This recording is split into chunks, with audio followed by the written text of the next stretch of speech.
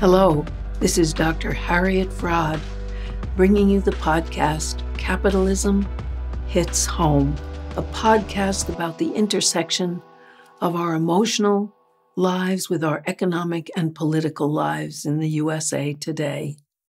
I am giving this podcast today on addiction, suicide, and psych drugs, which are all interrelated and are all epidemics. You may notice that I am wearing my sunglasses. I'm wearing my sunglasses because I recently had an eye operation and the light bothers my eyes and we need the light for the podcast. So that's why. So first, addiction.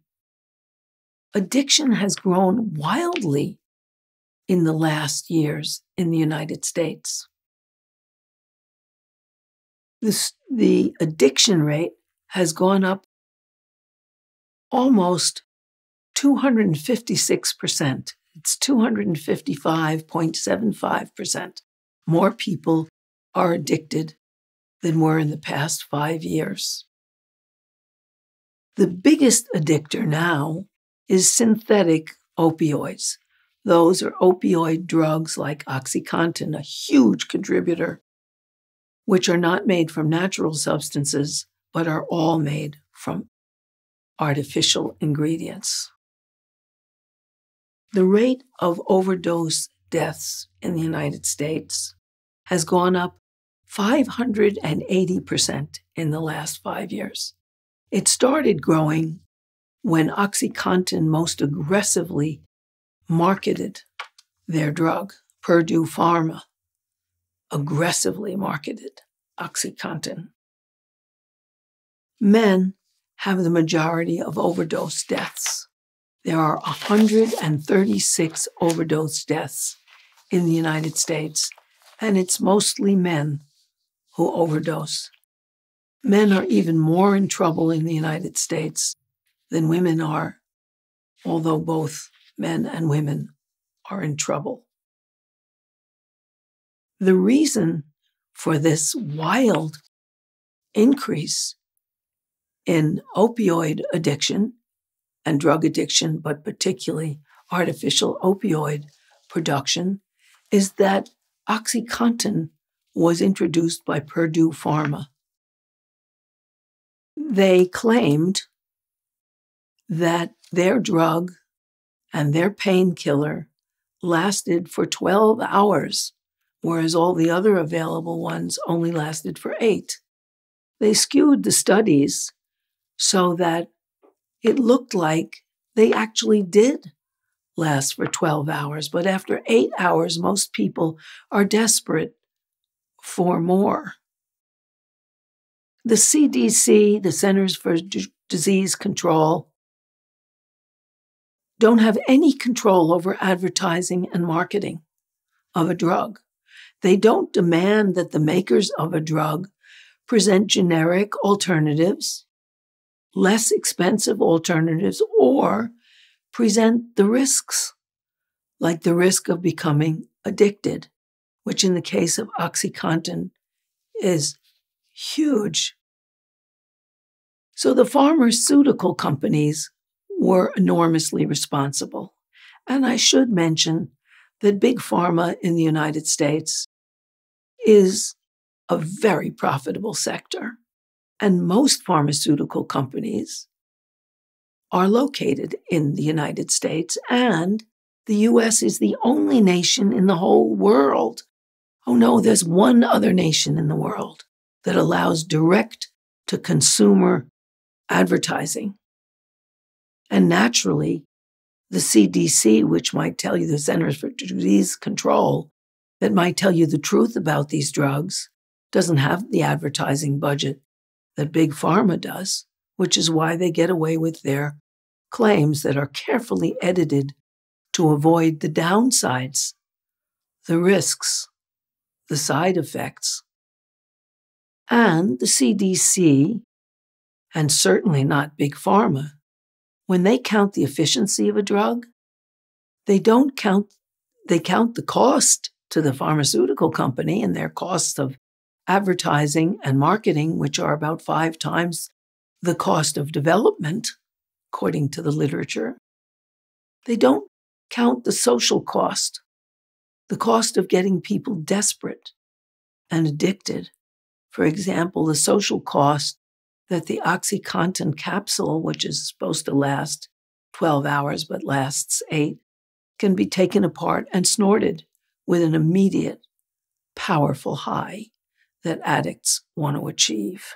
It's also another culprit here because really we have to remember capitalism is a system. It's a system where everything works together. So the drug companies, big pharma, and mental health pills are one of their most profitable sectors. They work together with drugstores, with pharmacies. And the evidence of that is the huge settlements that CVS, Walgreens, and Rite Aid, the big 3 pharmaceutical chains, have had to pay because of the damage of Oxycontin. They are all required by law to report excess prescriptions. But they didn't. They made more money that way. For example, in one case, 12 million Oxycontin pills were shipped to a town pharmacy, a town where there were 500 inhabitants. 12 million pills for 500 inhabitants. But that was not reported. CVS and Walgreens both agreed to pay damages of $10 billion. And of course, they still made a profit because they didn't follow the law and report excess prescriptions. Rite Aid, which had fewer excess prescriptions, but of course still in excess, had to pay $3 billion to the government to make up for what they did to disobey the law. But all those pharmacies came out ahead. And Purdue Pharma, which marketed Oxycontin so strenuously, came out way ahead. The other party here, which worked together with Big Pharma, and particularly the Purdue company, were doctors, psychiatrists, and medical doctors, because this is how it works. Doctors, primarily psychiatrists here, but also regular medical doctors, get paid a minimum of 30 grand extra a year to tout the wonders of a drug. In this case that we're talking about, Oxycontin. The way it works is you get a minimum of 30 grand, and periodically, I think it's every quarter, but it's every few months, you bring different colleagues, maybe 5 or 6 colleagues together to your office, serve them wine and cheese, which is paid for by the pharmaceutical company, Purdue Pharma in this case, and you give a little talk about the wonders of a drug like Oxycontin. You don't mention the risks or the side effects or the social costs of mass addiction, but you mention the wonders of a drug that is such an effective painkiller and why you recommend it to your colleagues. These payments start out at 30 grand, but they go way up. For example, Dr. Biederman, who was the head of Harvard's child psychiatry division, got a whole new wing given to him for prescribing another drug, Zyprexa, as safe when it wasn't, as safe for children who are having behavioral problems. Well, Zyprexa's effect was only to make the children obese and diabetic and to do nothing for their behavioral problems. However, it did net for Dr. Biederman a whole new wing for his research. as well as $3 million extra. So the social costs were huge of all these children's lives, which were ruined. But Dr. Biederman got a lot of money and additional prestige, and so did Harvard University, who didn't look twice. Doctors also write articles, which are basically rewritten versions of articles that pharmaceutical companies like Purdue Pharma write, and doctors who are prestigious and have a name that will be heard write their names on those articles and get them published. Another way that Purdue Pharma works is more indirect. They show themselves as medical philanthropists, so they are not suspect. They gave money to medical schools for fellowships and research. They also gave money to all sorts of non-medical facilities to look like wonderful social philanthropists and cover the cost of mass addiction, which they boosted so strongly. They gave so much money that a Sackler family that owns Purdue Pharma, a Sackler family representative, was on the board of the Museum of Natural History. The Guggenheim had an art museum, had a Sackler wing, the name Sackler wasn't removed until groups of artists had a die-in where they lay on the floor pretending to be dead from Oxycontin while they publicized the fact that the Sackler wing was a wing gotten with the deaths of 136 people a day and over 106,000 addicted Americans. They even gave money in France to the Louvre, the art museum most Americans visit, so that they could see the Sackler wing. And therefore the Sackler family did not look suspect for their indirect murders of, and at least I should say to be accurate, their participation in the murders of over 106,000 Americans of overdoses. So they worked together, the drug company, with the doctors, with American museums and in medical institutions that wanted donors and didn't question them.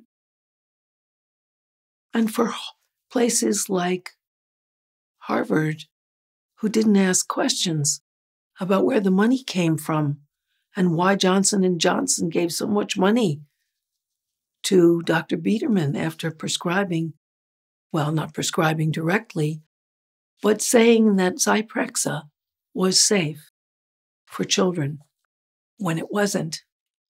They all worked together. And that is the ugly head of capitalism that doesn't show the social cost, the risk. When the CDC approves of a drug, it doesn't have the budget to show the side effects, the social costs, the warnings, the generic equivalents, the dangers. But drug companies are allowed to do that. When a drug is approved, they don't have to, the CDC does not require that they show the generic equivalents, the risks, the social costs, none of it. And they have huge marketing to get their point across, whereas the CDC does not. In one example, the Centers for Mental Health, the Mental Health Institutes of the United States, have said that psych drugs are not the best way to heal. They don't heal. They mitigate the effects, and that people should look into the etiology, the origin of their problems, to get over them, and that they can do that with psychotherapy. However, they don't have the budget, the advertising budget, to have their drugs pushed all over the place, in doctors' offices, on television, on the internet, so that message is not received. In addition to addiction, suicides are way up.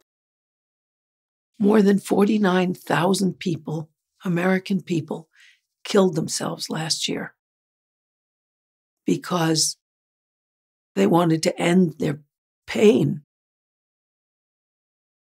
Now, men were 3 times more likely to die than women. Women make more, or females, young girls and women, make more than 3 times as many suicide attempts as males do. But males die 3 times faster. Now, why would that happen? Well, it happens because guns are marketed to males. The NRA sells an ex-girlfriend target where you can shoot at her until she turns into a bloody, disintegrated mass. They don't equivalently sell, because it wouldn't pay, an ex-boyfriend target, which obliterates and bloodies your ex-boyfriend. Also, if you decide to kill yourself and you shoot yourself in the head with a gun, there's no return. You're dead. Whereas if you take pills, which are the most common way females try to commit suicide, you can decide after you've taken a bunch of pills you didn't really want to, and you can call for help, get your stomach pumped, and heal. Or someone can discover you and the empty pills next to you and call for an emergency ambulance to pump your stomach and take you to a hospital. And you can recover. So that some of the contribution to suicide is not only that life is very difficult in America, particularly for American men, but also there's no check on guns. Over 24 senators and over 100 congresspeople take money from the NRA, which is why there's no regulation of guns. Every other country in the Western developed world regulates guns. And most of them in the entire world regulate guns. We don't.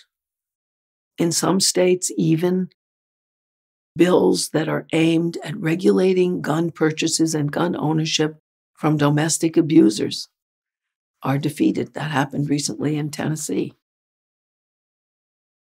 And that's probably it's actually the biggest cause of homicide of women between age 15 and 44 is death by ex-husbands or husbands, lovers, and boyfriends with guns. And so we're talking about an epidemic of suicide that is given a boost by the very profitable drug manufacturers who bribe our congresspeople and our senators with big campaign contributions. And of course, one can't run on a campaign with money. Even countries like France, which is a capitalist country, there's no payment allowed in elections. You have 3 weeks to run. Everyone gets the same amount of TV or radio time when all the candidates stand up, and there's about 8 or 9 candidates because they have a lot of different parties, a lot of choices between capitalism, socialism, anarchy, whatever, monarchy. And each candidate has a certain amount of minutes to talk about what she or he stands for, or they stand for. And if private money is found in elections, people are not only ousted from the election, but they're also fined and sometimes jailed. I believe Sarkozy, who ran in France, is now fighting against being jailed for that. And of course, bribery does take place.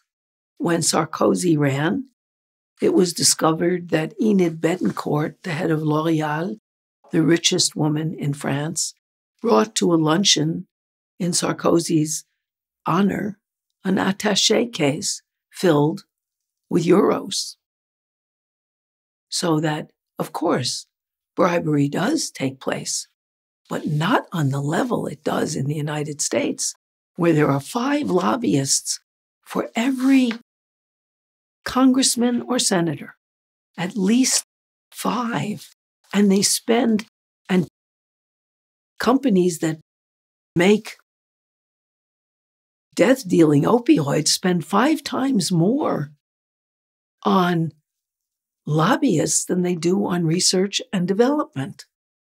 And so we also should remember that in the last election, $14.4 billion, the last presidential election, spent $14.4 billion. Now, who pays the piper plays the tune. We do know that. We also know that money talks, particularly in the land of dollars that is the U.S. And so, who do you think the candidates have to pay back when they get in? We have 2 capitalist parties, Republicans and Democrats. And together they spent $14.4 billion on the presidential race. One wonders, where did they get that money? And what influence do they have when they get in? Money certainly does talk. And that's why we have so many people addicted and suicidal. Money, of course, talks loudly in the psych drug industry as well. Because somewhere between, they say, 19-point-something% and 26% of Americans have taken or are taking psych drugs. That's quite a lot. That's a little less than 1 in 5 and a little more than 1 in 4 Americans is taking psych drugs.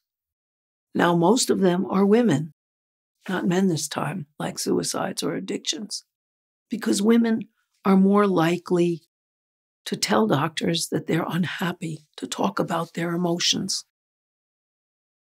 And whether they're going to a psychiatrist or a general practitioner or any other doctor, if they talk about their depression or their anxiety, they are prescribed pills, which are given out with a profusion like M&Ms. All you have to do is tell your doctor you're depressed or you're anxious and you'll get a pill. And the doctor will most likely get a kickback for prescribing them. And so you have a system of money and bribery that is an influence on psych drugs as well, even though the National Institutes for Mental Health tell you that you're better off with psychotherapy, which doesn't have side effects. And on their ads for these drugs, they don't have to mention the brain zaps you get after you stop taking them or when you try to stop taking them suddenly. They don't mention that these drugs change your brain chemistry and often usurp your own body and brain's way of self-soothing and replace it, and that you have to be mighty careful when you withdraw from these drugs, or you can get dizziness and brain zaps and dysfunction. They don't mention when you start taking these drugs, like the most popular one for unhappiness, which is Prozac. If you develop a rash, you have to stop immediately because that's a precursor of death from Prozac. And the book that they published, My Life on Prozac, which was a bestseller, they didn't mention was subsidized by the makers of Prozac.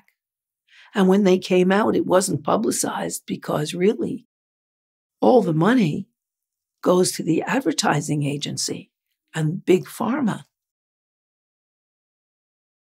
and not to the average person on television. And the side effects don't have to be discussed when a drug is advertised. That isn't necessary. And the same little meetings with the drug rep who gets paid at minimum $30,000 a year more. And for its maximum with big figures like Biederman at Harvard, millions are paid. They don't have to divulge how much they're being paid.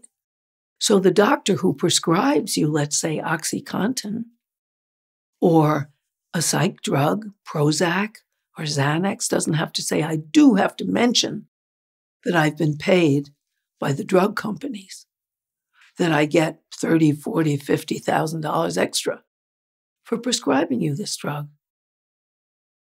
That is not required.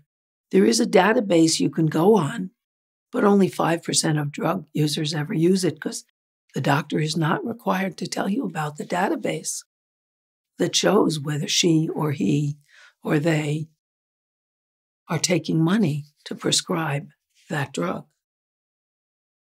So we have an enormous problem here where people are trying to change the way their reality looks or trying to check out altogether from their misery, or just in part from their misery, through drugs and suicide.